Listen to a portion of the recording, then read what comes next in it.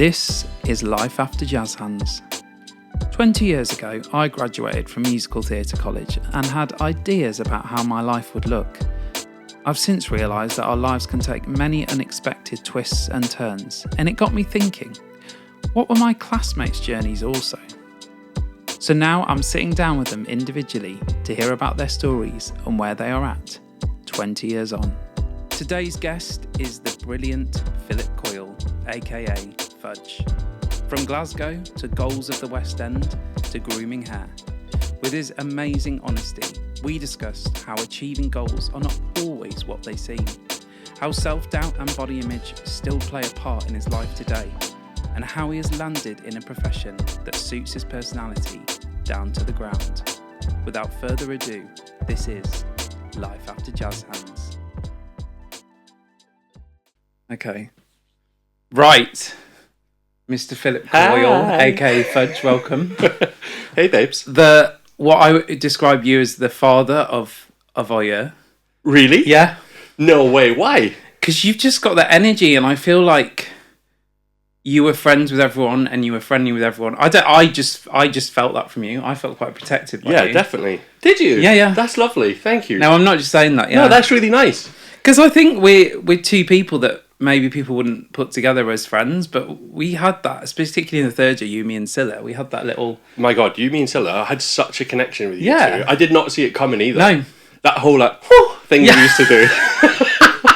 Which was one of the many characters that we had at college. Yeah, many. That's so nice, because you were right. My time at college was I wasn't really me and Adam Hills were pretty tight, and Dudley was pretty tight, but I was pretty much friends with everyone, I think. Yeah. I was never it's just fudging someone else, or just fudging this person and fudging that. But do you know what I mean? I was just a bit of a butterfly, I think. Complete, and I think that's great. It's a great quality to have, to be that way. And then you're the first Scot of voyeur that I'm interviewing. Scott is in Scottish. Yeah. Because we had, 4?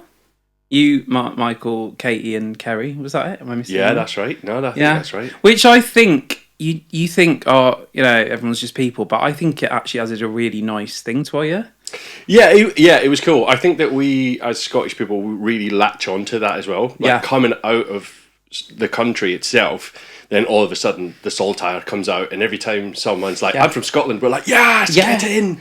Can't get enough of it. And but I think I'm still like that. Mm-hmm. If there's a Scottish thing, I'm into it. If it's choose your own colour on something, I'm tartan. Yeah. Do you know what I mean? we're just like that. Yeah. We are pretty, but also we're Scottish people are we're all twats. Well, I wouldn't say that. I'm asking Kerry Boland that in her interview going, so what do you think about Fudge saying all Scottish people are twats? We are though. We are. But that's the thing with Scottish people. We're so self-confident, but also so self-damaging at the same time. Okay. Do you know what I mean? Yeah. I will be I'm super confident because I'm Scottish. All right, pal, how's it going? And then all of a sudden I'll be I'm not going to do that because I might get embarrassed. Do you know what I mean? That's what we're just like. Oh, nice. But because when you go down, right, to especially London, and all these other people from England and stuff come in, and you just see how confident they all are. English people are more confident. Really? Yeah, definitely. You don't get me wrong, they're not super confident. They just don't have that sort of what's the correct word? Damaging, self-deprecating thing in the back of your head.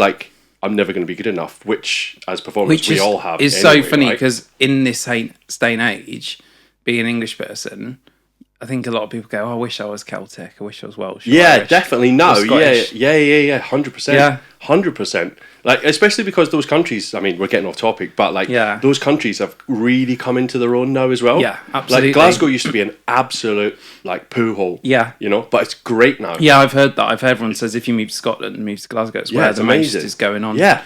Oh, but it is, you say we're going off topic, but it is interesting and it's a thing. And the Welsh people in our year, I will speak about the same, and the Irish about it, because it was the thing. And we said we went to college in this amazing time where we had such a mix of people, but that's why we were all fascinated with each other. Yeah, definitely. Because we were from such different backgrounds. Yeah, 100%. Anyway, I want to start going back to the beginning and like prior to college, because I always find it really interesting going back and finding out about your life prior to college, because we don't always know maybe everything that we think we know. Yeah. But before, I want to share a memory, and I tried to think of another one, but your one's a bit more naughty. Is that standard?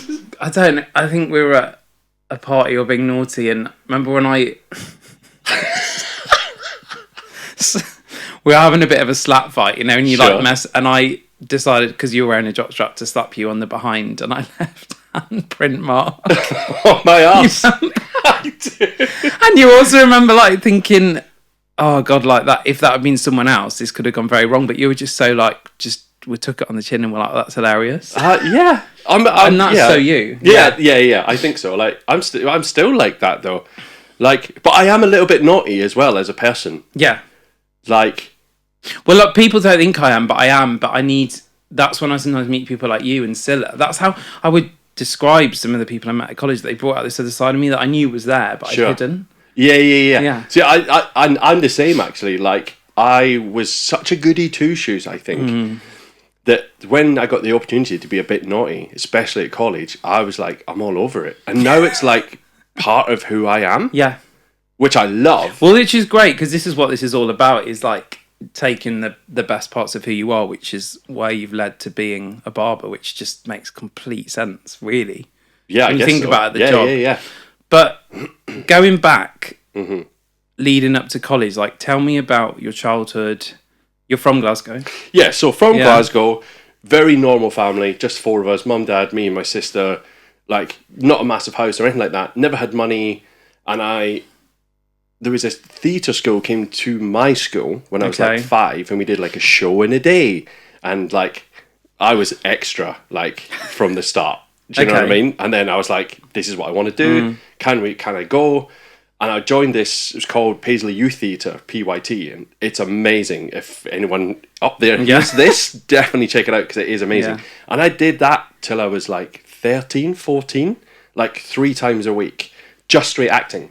And improvisation, and I think that's where the creativity comes from, right? And like I'm much better off the cuff than scripted, and I think it's from that, right?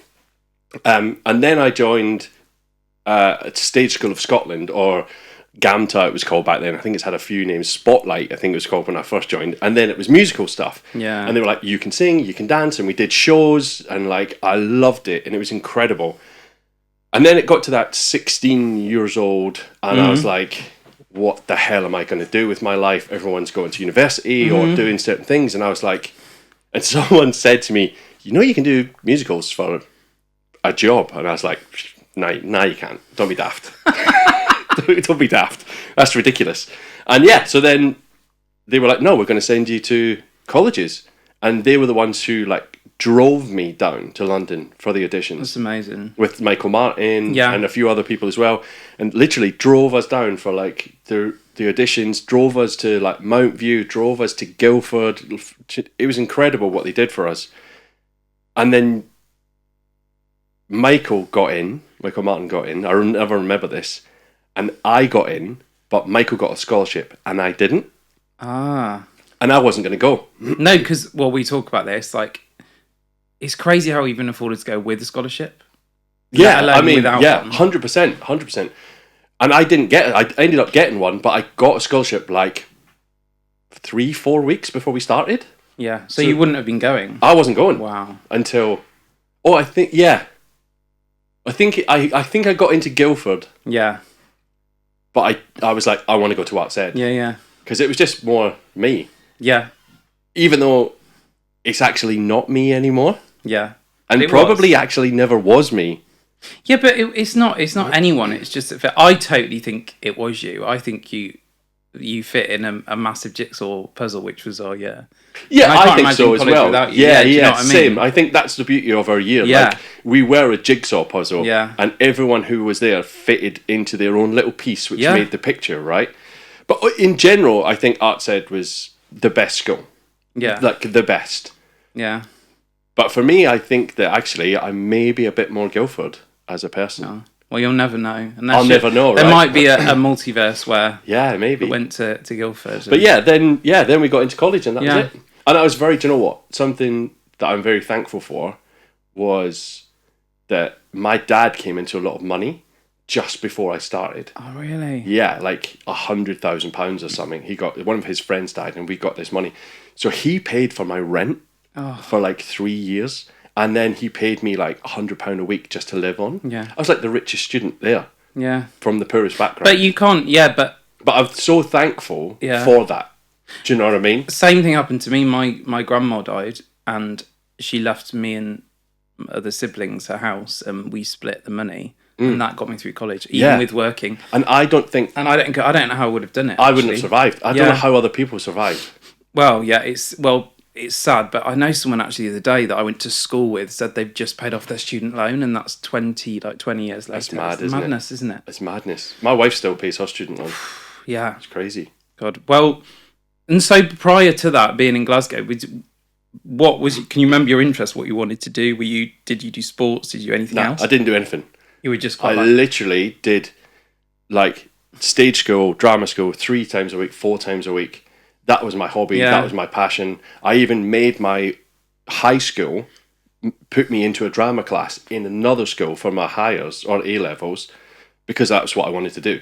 Amazing. Yeah, it was really cool. And I was 100% dedicated. That's so interesting because, I mean, I wouldn't have said that wouldn't have been you, but I always imagine you would have done like loads of other things as well. Nah, never. I was rubbish at sport.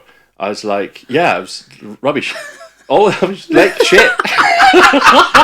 Like, I was like, I'm pretty much a crap human being at everything else. Well, you say that, but I know you play rugby now, so I did play rugby. Don't count yourself. I did play rugby, but I broke my leg, so I don't play rugby. But I do play hockey. Yes, I play field hockey, and I play for an LGBTQ team. There you go.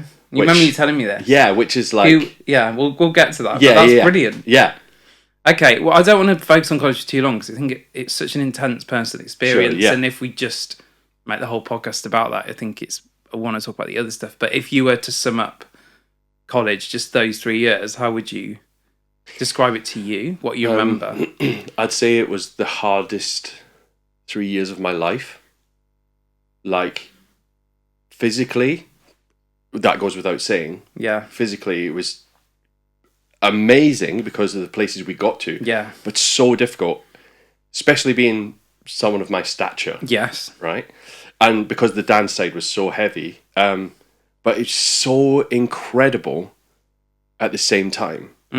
What we achieved personally and as a group coming out of that, like that last day when we all cried and it was like, it wasn't fake.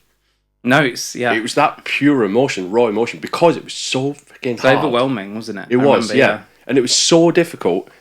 But like some of the best times I had were at college. Yeah, like the stories that we have of college are insane. We used to have dance-offs in the student bar. Oh, the dance-offs were like amazing. That's what we're talking about, the naughty stuff. That all college, because we worked so hard and we were so dedicated and we had to do this and I had to watch my weight and I had to watch what I ate and I had to learn a monologue and I had to learn this and like learn 3 songs for 3 different people, learn 2 monologues, 1 for acting, 1 for speech, and you go home and you're like, what? And so on a Friday night you just have to blow out. I spoke about this with someone else, like that's why we needed it. It was like, I remember like 5 o'clock on Friday being like, oh my God, there's an hour. It was like that, wasn't it? Get me to the student bar. Like, if you're dedicated in something else and studying, then fair enough, and you'll probably be successful in whatever you want to do. But for me, like, I've been so successful in my life, right? At everything I've touched, I've been successful because it's what I want from it. Do you know what I mean? Like, if you want to be like a brain surgeon and be the best brain surgeon, whatever. But if I do a contract and I come out the other end of it, and I'm like, I survived that, and I had a great time, then I've succeeded. Yeah. Like, I look at my career after college, right? And I get embarrassed, right? Which is a weird thing to admit. And I don't think I've ever said it to anyone properly. People say to me, and they'll say to you as well, right? Yeah. What did you do? Or what have you, and you say, I was a singer or I did musicals. And everyone always says, what have you done? Yeah. And I, honest to God, get so embarrassed every time. And I just have to say, nothing you would know. Nothing you would know. Yeah, which is not true, but I know what you mean. It's just, if you say, but like, to I'm a lawyer, I said, oh, what cases have you worked on? Yeah, right. It's the one industry. Yeah. People go, oh, and you go, well, I was in the West End. Because I was for 2 weeks, but I was. But you were, yeah. And people go, and they go, oh, what show was that? And I go, oh, you don't know it. And then they go, oh, what else have you done? And I go, well, Hello, Dolly. And they go, I don't know it. And they go, all right, okay. And you go, Joseph in Technicolour, because everyone just Dreamboat. wants you to say EastEnders or Doctor Who. Yeah, or they would say... I played the lead in Les Mis. Like, exactly. That's all people know. Exactly, or Hamilton, or like... But you've also just got to step back with those people in a nice way and go, well, that's what they know, and that's their... Yeah, they're like muggles. They're muggles, right? Yeah, it's true. Yeah. They don't know the industry. No. But it is, I do find it very difficult. Yeah. But I see myself in the industry as like a successful person. Yeah, you are. Like I did 15 years from college till I stopped. Yeah. Like being my main job. Yeah. 15 years. And I think if we're just listing successive shows that people know and stuff, that's silly. Success is such an individual thing and what you make of it.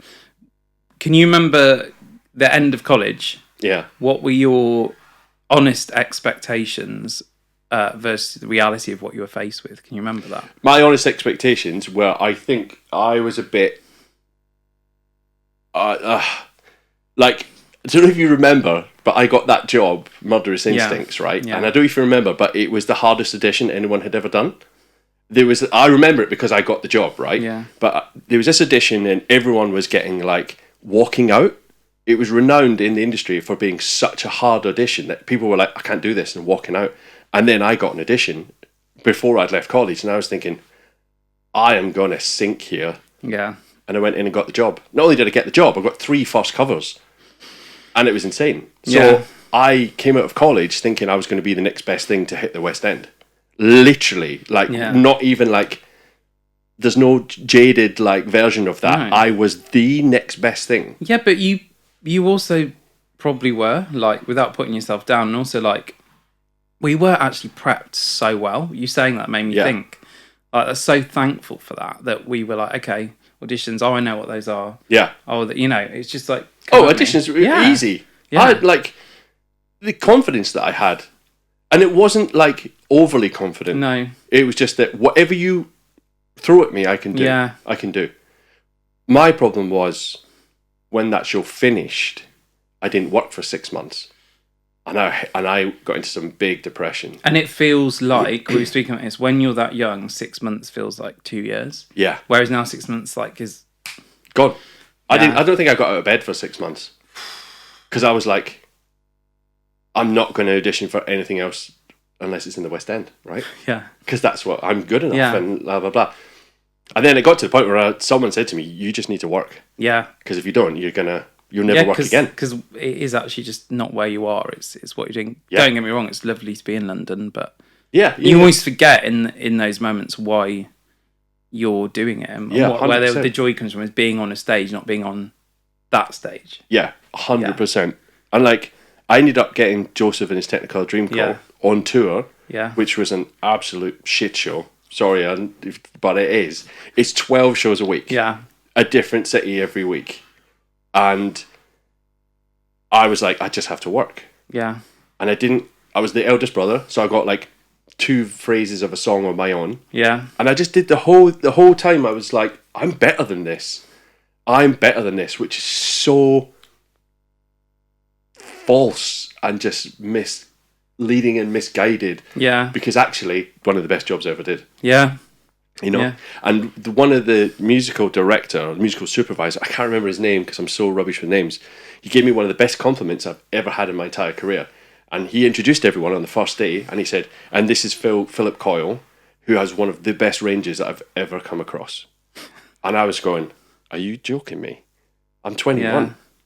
Yeah. But then that gave me that, I'm the best thing to hit this show. Right?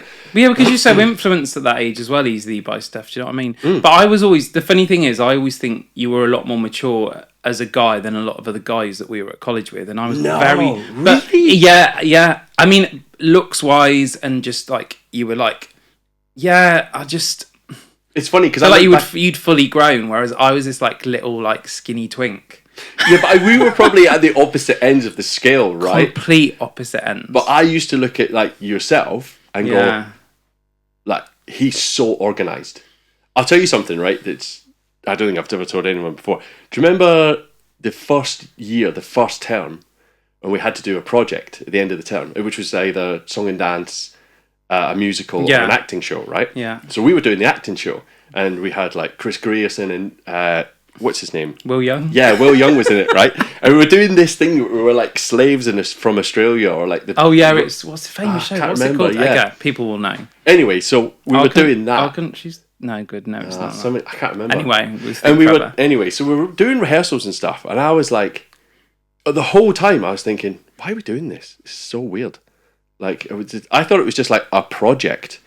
I didn't know that we were performing it until like 4 days before we were actually performing it. Like the week that we were performing it on the Monday, everyone was like, "Are you ready for like Friday?" And I was like, "What's happening on Friday?" And we're like, "We're performing the show that we've been rehearsing for 5 weeks." And I was like, "I don't even know my lines." I had no costume, and I literally was sitting on that stage. Massive kick up the arse it was for me, but on that stage going, wow. I don't know what I'm doing here. That's a great story there. You never know. Oh, but yeah. But I looked at everyone else, especially in that first year, that middle class that you were in. Yeah. You guys were on it. You guys were on it. We weren't. It felt like it. We weren't. We used to get a lot of like, oh, you guys are too chill about everything.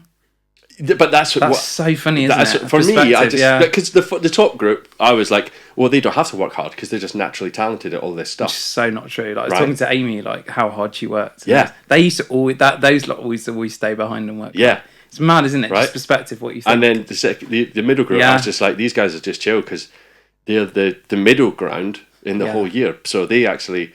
Yeah. Do you know what I mean? Like maybe the top set have to work a bit harder at singing and stuff, blah blah blah. These guys in the middle group, they've got everything. And us bottom set, I think we all felt that we were like looked down upon, and we had something to prove. Yeah, and it's and then that's sorry. It just it sounds so silly. Sitting in that performance in front of the school or whatever or the year, and I'm going, I shouldn't be here. I shouldn't be here. I don't deserve to be here. I don't know what I'm doing. That's just not true. That would be but it's I love hearing all this, as in how we all saw stuff and like that. It's just that I always assumed you were just, he's so comfortable with himself, he's so confident, but we all had our own stuff going on, you know? Oh my God, I was so not confident. But then, going back to like after college, you did Joseph. And no, it's fine, you did shows. Then one thing what we should talk about, because I think you and me, maybe Mark's are the only people in our year that did cruise ships. And what an experience that is looked down upon a lot, but my God, the memories and the laughs. Cruise ships. Yeah. If anyone listens to this, I'm going to look directly at the camera. If anyone listens to this, right? If you are not in the industry yet, or coming out of the industry of college and getting into the industry, do a cruise ship. Yeah. Do a cruise ship, and don't just do one contract. Do two. Do two. I swear to God, it's the best job you'll ever do, and the stuff you will learn. Hopefully, you'll get someone like me who was a bit of an arsehole because I was a bit older, and you will learn so much stuff. Not blowing my own trumpet there, but you will learn from people. Some of the, aside from college, some of the most important lessons I ever learned about the industry were on that cruise ship. Me too. And also, that made me the performer that I am now. So, to talk about myself again, but this is what you're here for, right? I was in Hello Dolly, right, national tour with Darren Day and Anita Dobson, and it was really cool. And it wasn't the best experience I had, but it was a cool show to be in, right?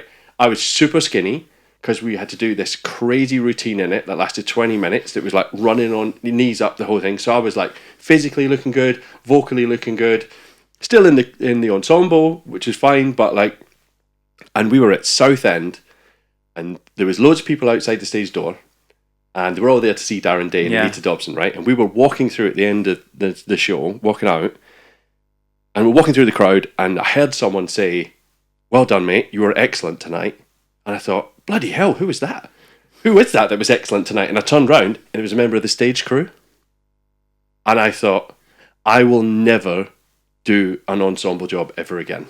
Really? I've just busted my ass for 2 hours, and that person didn't even see me. And they just thought that stage crew member was in the cast. And I thought, I'll never be in the chorus ever again. I'm not that person. Yeah. So I went on a cruise ship. And I went to the audition and I want this much money, I want my own cabin, I want to do this cruise because I am that good.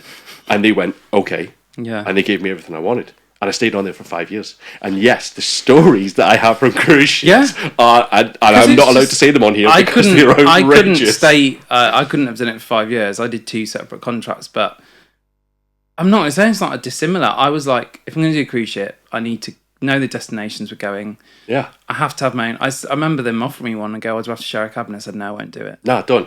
Because I just knew, I was like, I need my own space. I learned so much. Like, I worked with 3 singers that had all been on Broadway, and it was like terrifying. Yeah, it would be. But I learned so much, so I was an absolute dragon when I was on there. Yeah. Like, and there's a few people that I think if I saw again, I'd probably apologise to. Because I was probably like, there's a girl called Orla Gormley. Oh yeah, went to Arts Ed. Yeah, and I like tore her a new one day, really bad. And I don't regret what I said, but I think I could have been nicer about it. Yeah. But at the same time, like, she'll probably never forget that. Mm. And I feel like that hopefully she would never do the thing that she did again. Yeah, do you know what I mean? It's lessons. I mean, I remember resident director tearing into someone once on a show, and that person to this day says, "God, that was a big learning curve." And but I don't feel like it was my place to do that, but I did it anyway. Yeah. And so it's one of those things where you're like, yeah. But like, cruise ships. I'll tell you what I love about cruise ships, right? You probably feel the same. Did you do one show or like multiple? No, shows? multiple. Yeah. Right. So same. The reason I think it's the best job I've ever done, right? Not just personally, like career-wise, is I've played every character under the sun. Yeah.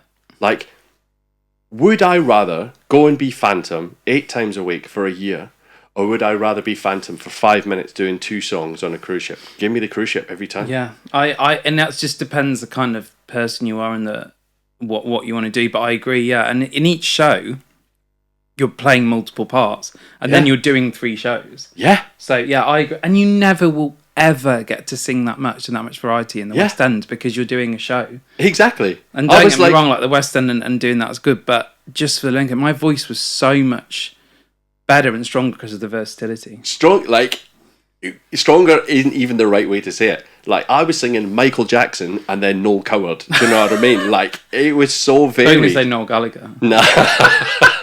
Yeah, I don't have Michael for Jackson that anymore. and Wonderwall.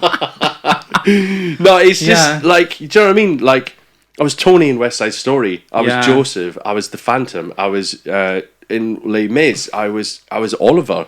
Do you know what I mean? Like, it was ridiculous. Oliver. Yeah, because we did like. Did you sing "Where Is Love" in the original key? Where? But yeah, your voice was so strong and your dance was strong and like the ship's moving and all that kind of stuff. Yeah. But do you know what I loved about it? Because of my own ego, and I can admit this now, is I loved that every night I'd walk off that stage, I'd walk into a passenger area and people would, no word of a joke, sometimes applaud me just from walking into the bar. Lovely. And I loved it. Yeah. And I loved it. And people would say to me, "You're amazing. You're amazing." And like a backhanded compliment, which I hated, which is why you shouldn't only do 1 year, do 2 years, because this stuff will happen. In the first year, people go, "You're amazing. Like, you could do this professionally one day." And you go, "Really?" And they go, "Seriously, I think you could be in the West End." And you go, "It has done it." It has changed that though a lot. Like when I did a cruise ship, which was probably nearly 15 years ago, only a few like West Indian people were doing it, and now with Royal Caribbean, it's changed so much. Yeah. It's seen as a because they're doing the shows, show. And also there's so many people out there, and you can't be as picky. And it's and true. I know some people that do love it. Yeah. Did you love it though? Did you like really love it? And the first one I loved. I found it very hard when I first got on the ship because I was actually really seasick, and I was like, I don't know if I can do this. And then I loved it. The second contract I did, I found a bit harder because I hate being told what to do. So if I went in, not I hate being told what to do, but if I'm in my own free time, so if I went in a passenger area and a captain or someone would be like, "Oh, are you meant to be here?" And we were, well, I was allowed, but I just honestly felt like saying, "Well, just honestly, fuck off." I mean, I did like tell I'm here people to that. sing and dance, and without being too arrogant, and that's. But also, I'm quite good if I'm in a situation where I start to become that person, I will step away from the situation. And so when someone was like, "You're doing another contract," I was like, "No," because I've started to become a bit like annoying, and I don't want to put. I mentally I struggled the second time a bit more, and we were doing the one thing I did struggle with the second time. We were doing a Motown show, and the whole cast was white. And, that's interesting. I did a Motown show as well. Yeah, and it was when things were being spoken about a bit more, and I never forget being like on the front row, like a bunch of African American people watching me. And other people didn't notice, but I was very conscious of it, singing My Girl and going, "God, this is cringe." Like, I couldn't even look at them in the face. What was the show? Was it Smokey Joe's? No, it was a different. I just made like a made up one. Princess Cruise is that? Sure, so it was their own version of it. Because we did, I think we did Smokey Joe's, and we had. Don't get me wrong; it doesn't mean you can't sing Motown songs, but I just think when there's a cast of 15 people and everyone is Caucasian, and you're doing a soul musical, that you can't help these days but go, "Oh." Yeah, that's really interesting. So, it's interesting saying that, and I've just thought of this. So we had a black guy in the cast, right?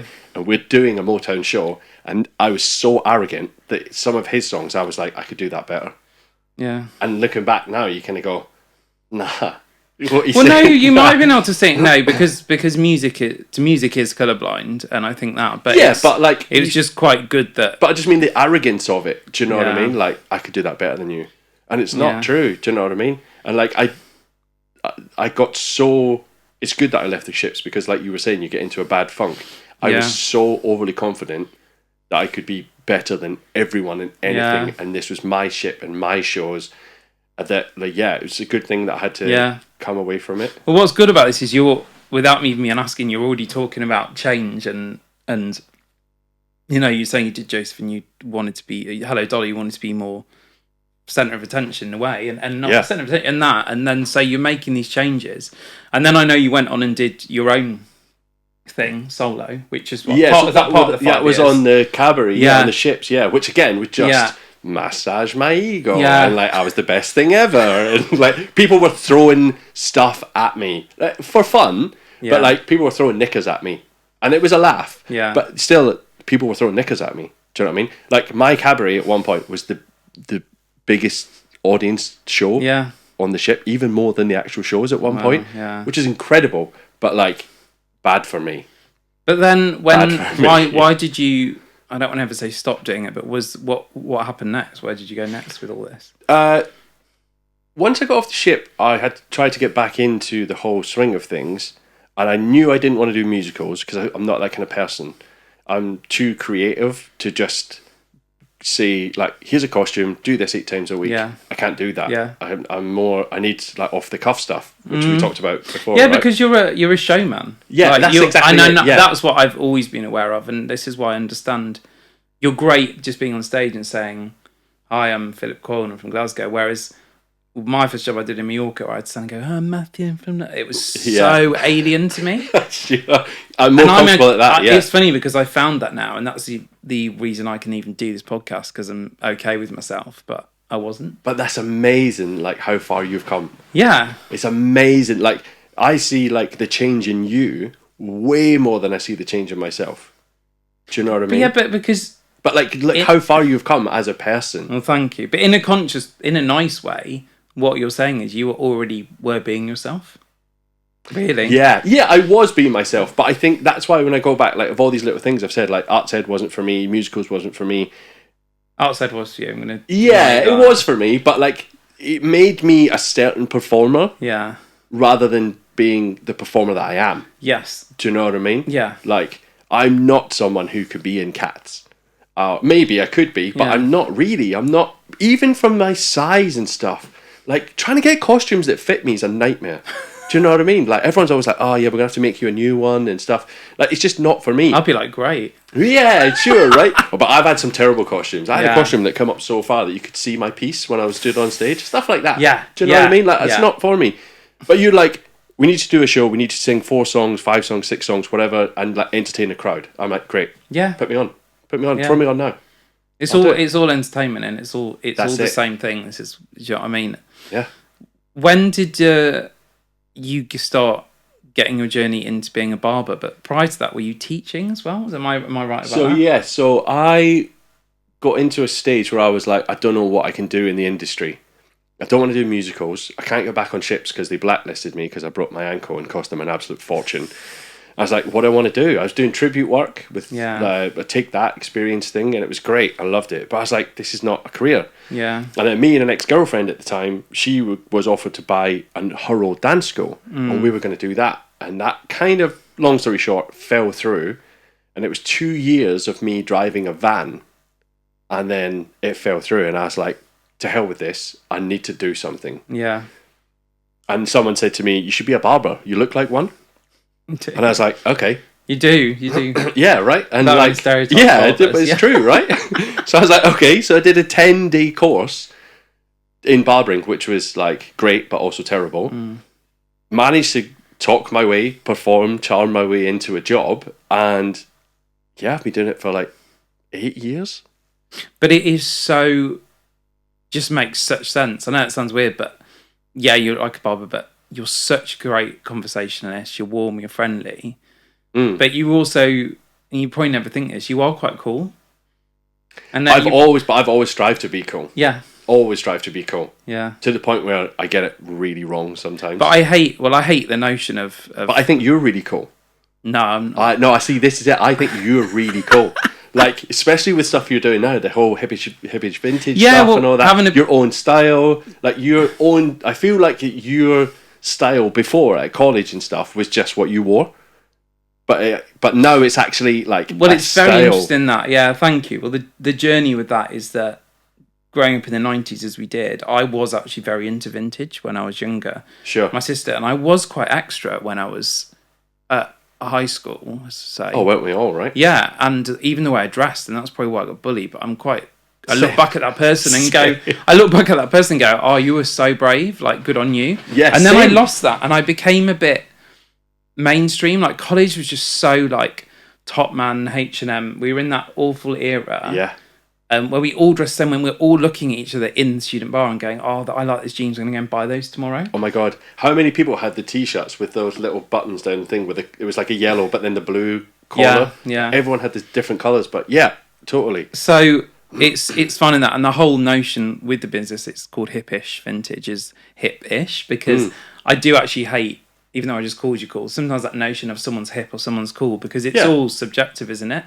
Yeah, so, definitely. Especially in London now, everything's cool. Yeah. Like, you can't not be cool. There are certain, like, groups you could fit in. Yeah. But everything's cool now. Yeah. But it wasn't like that back in the day. No. It wasn't. If you wore something... I remember, like, this is something that has always stayed with me. The Red Bull jackets. Joking. I've still got one. Yeah. I've still got mine. They're so in now. Like, I will never get rid of that. Yeah. But so, when I was at high school, right, everyone in Glasgow, everyone had the same haircut, right? And one day, I decided to put my fringe up. Okay. And everyone was like, you're gay. Right? Yeah. And I was like... But also, I was called gay because I went to drama school. So it wasn't really that big a deal for me. But at the same time, you're a bit like, I'm just trying different stuff. Yeah. Like, why do I always have to have... I'm gay because I tried to be cool. So I had this real battle between being cool and not being called like gay. Which now I'm like... You don't care. I'm more gay than most gay people that I know, right? Yeah. Do you know what I mean? Like... But you're also... What I think... That sums up why you were so fatherly to everyone and why we had a friendship, because you were just cool with everything. Because you'd experienced, in a way, prejudice, so you got it. Yeah, I guess so. Yeah. Yeah, do you know what? There's something I am very thankful for, regardless of performance, right? Is that when I went to drama school, I've been surrounded by all different types of people my entire life. And... I've always been comfortable with my sexuality. Yeah. I always will be. And because of that, I play for this LGBTQ hockey team, right? And everyone says that I'm the campest / gayest guy. How did this happen, by the way? I just met a guy who was cutting his hair.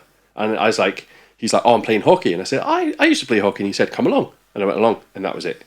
And there's a couple of times, like, to get into the whole, like, sexuality thing, right? Yeah. There's things that have happened in my life where I've been called gay, or because I've been doing something different with fashion, or what I've done socially, or whatever. Like, and there's times where when the first barbershop I worked in, everyone was calling each other like faggots, which I don't agree with, right? and you get into that and you hate it, and then it just becomes normal. And then they didn't mean it in a bad way. It's just a saying that they would say, right? It's like the football changing room. Exactly, right? And then like these certain things have happened after these events that like you put your fringe up, you wear different clothes, you're gay. I joined the drama school, all the girls fancied me. That's mad, right? I go to a barber shop, they're like, oh, ha, faggot, blah, blah, blah, blah, blah. I then went to like Glitter Box in Ibiza, and everyone was covered in glitter, and I was like, these are my people, you know? Yeah. You get into these I always get into these like toxic environments, and then I meet someone, and I go, these are my people. I'm more confident covered in glitter than I am in a football stand. But you know what I mean? Yeah, but that's also good because what you're saying as well is you don't, just because you are covered in glitter doesn't mean you're gay. Or no, not at all. And like, we are getting there, you know, with that. But I just think like, I mean, I want to say hats off to all the heterosexual men and women that we went to college with, because I never felt anything but support from anyone. And how nice was that? That's amazing. Yeah, that's great. If I look at everyone like Dudley, Dan Ball, just trying to name everyone heterosexual. Yeah, that's Adam me. Hills. Yeah. Nothing. Yeah, the 5 people. I think we started off with about 10. I think there was 27 boys in our year when we started. I think there was 10 straight lads. Yeah. And then by the end there was 4 but or 5. But that's fine though. Like, yeah. Not a problem with that. Yeah. I never felt threatened by anyone at college as well, which I thought was great. And I thought it was flattering. I flirt with everyone now. Yeah. Like, it's great. Like, you can flirt with a guy, you can flirt with a girl, whatever. Do you know what I mean? Yeah. Like, it's great because I'm so comfortable. And like, I remember at college something happened, right? In fact, in our class, it was the last day, and we were playing Spin the Bottle. Do you remember? And it was like we had to kiss all these random people, and it was fun, and ha ha ha ha. And then it was me and Dan Ball, and we were like, oh, I didn't see this coming, because we were the only 2 straight lads in the class. Yeah. And he looked at me, and I looked at him, and we were a bit like, oh, and we were like, take one for the team. Yeah, cool. We both had this moment of don't ruin this. Yeah. Just. I'm cool, you're cool, get on with it. And I'll never forget that. Yeah. You know? Because he was so, like... He's so chill. I live with Dan. I live with Dan and Silla as well. And Dan's so lovely guy. But that is interesting. And I think you need to... I mean, I say, advise you, I think there's so much more you could do in life with what you've just said. I don't think you realise how you can help the world and help people being... a heterosexual man, but being comfortable with that, and you are by being in a LGBTQ like hockey team. But there's so much more, even if you go and talk about it. I'd love to talk about it because you know, and this is that fatherly thing that I'm talking about that you have, that you just have, that is just innate in you. I think. Oh, especially now because I'm a dad. So. Yeah. Like it's I feel like that. Yeah, I guess I've never seen myself like that. But now you've said it, I guess. I do, yeah. And then, just where you're at now, like, are you just quite chill? You're like, whatever happens, happens. I'm happy where I am. Or do you have other things you want to think about? I'm happy where I am. Yeah. Like, I'm very happy with what I do. Do I love barbering? I like it. I like talking to people. That's what I love. I love talking to people. I love stories and helping people and giving them advice or just listening to them, stuff like that. Cutting hair is just something I get to do while I talk to them. Yeah. But I've got a mortgage now, and I've got a kid and a wife, and like, it's my job to support them as much as they support me and stuff. So I just still do the odd singing, but I'm very expensive, darling. Yeah, but be cool to be like, what's the thing? I want that, and I'm not going out of bed for 500. But so I do still do the odd singing thing here and there with a really nice two other guys, and I really love them, and we just have a laugh, and it's great. Yeah. But I struggle to go between I'm content and I'm happy and I'm proud of what I've done to I should have been better than this. I was destined for greater things. And do you know a weird thing? Oh God, these weird moments. I watched the Freddie Mercury movie. Yeah. And I weirdly went, that should have been me. I should have been not Freddie Mercury, but I should have been that. I really struggle that I'm not that. It's not all that though. Look at all the other people. It's madness, right? like living in that kind of limelight, no matter who you are. But I also know from the small experiences that I've had, if I did have that, I wouldn't be here. I'd be dead. Yeah. Like, I would have so many addictions and do all this crazy stuff. I'd be all over the press and like in a mess and all this kind of stuff. But still, every day is a battle between being content. And like, don't get me wrong, like when I wake up and I'm in a real crap mood and the first thing I see is my son smiling at me, calling me Dada, everything goes away. Yeah. But every now and again, like, you just go, what am I doing with my life? I'm better than this. I can sing. I can sing well. You know, like I should be out there. I think that's something everyone struggles with all the time. Yeah. Especially when you're good at more than one thing. People think, oh, that's great. But actually, I see that conflicts people a lot. Because you're like, oh, I should be writing, or I should be singing, or I should be done. You know, all these things that we can do, and we all have these talents. Like, this is why I wanted to do this. Are you content with where you're at? Yes, but the same. I'm not like, oh, I should be there. Sure. I know, but I am a bit actually, yeah. Yeah. Because I'm much more into writing. I see myself more now as a creative, and I want to create things. Yeah, nice. I still do auditions, and I still do that, not musicals but acting stuff, and kind of got into the commercial world. But yeah, I'm like, there is so much in me now. Oh my God, yes, you were like a pop star at one point. So many. Well, I still do music, but I did that because you were amazing. Thank you. But the reason I forgot all about that. I did music is because that was always really my favourite thing is music. And when I was 18 and the way I looked in the world, there was no way that I could have done that. Yeah. And then music helped me find myself again, actually. Nice. And be me and be an individual. And I still do it. But I don't do it to be like, oh, I want to be number one in the charts. That's just never. No, yeah, sure. Because that's also, you are doing it for the wrong reasons.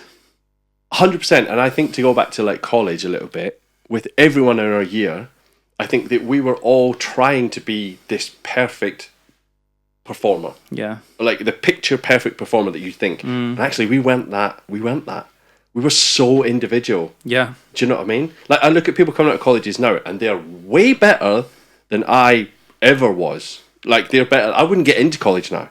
Do you know what I mean? Yeah, but that was always going to happen because the game is the game is always going to be higher. But I will actually say to you, you cannot buy age and experience, because I went to watch show and I said they're great, but I'm not going to lie. It said, but there's still that thing missing because they've not lived. 100%. And you can't. No. You can't until you've done until you've had traumatic experiences, loved and lost and stuff like that. You know, like it just doesn't. It's not a thing.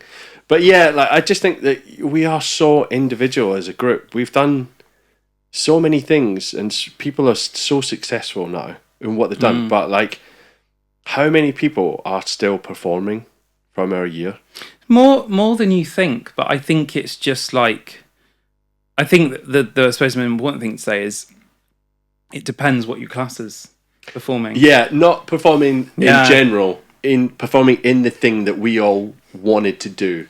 Like the West End musical thing. Yeah, like it's true. Handful. Everyone's segue, but that's just life, isn't it? Yeah, it's amazing, but like, and it is. I hate to say it, and I wish it wasn't, but it is a very young person's sport. Oh my God!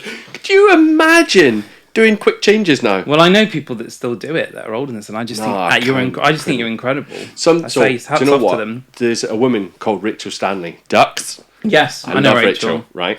She's literally some person I just had in my head. Really? Yeah, because there's these people like she's amazing. And Paul Robinson. I learned, oh my God, and Angela Casey, all these people. Yeah, you just think you're amazing. I learned so much from Rachel. Right, yeah. She was amazing. She was so nice to me.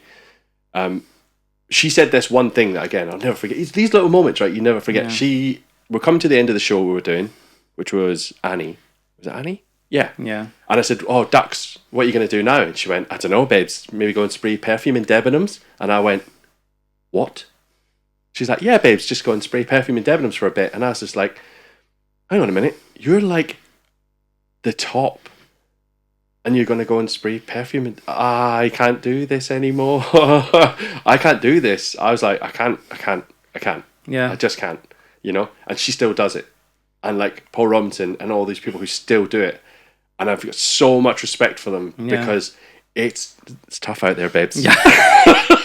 Like, and they're just still going and still great at it, and like, but those are the people who deserve that because they love it. Yeah. They love it. I don't know if I ever loved it.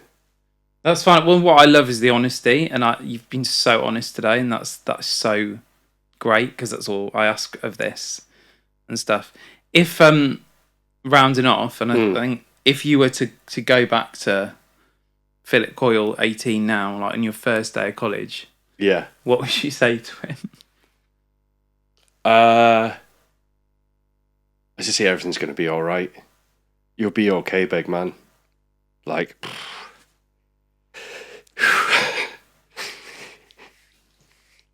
Sorry. No, it's fine.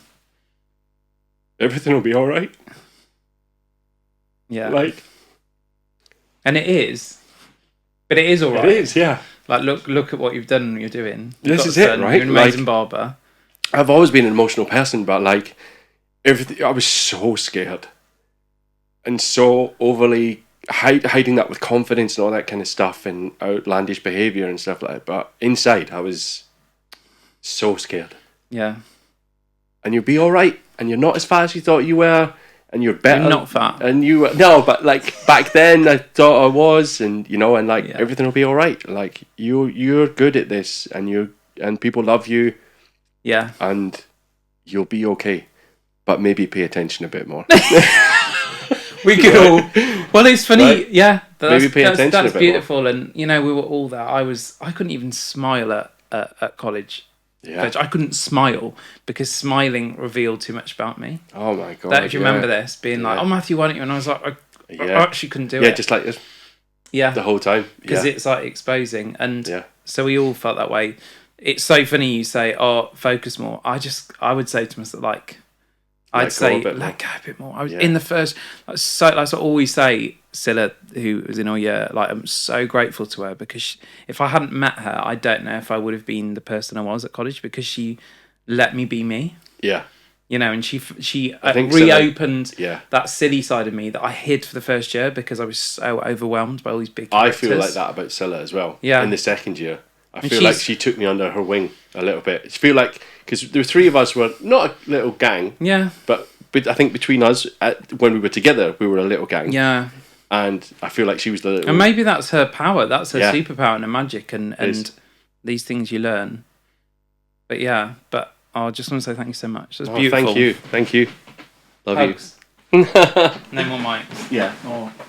Thank you, mate. No worries. That was great.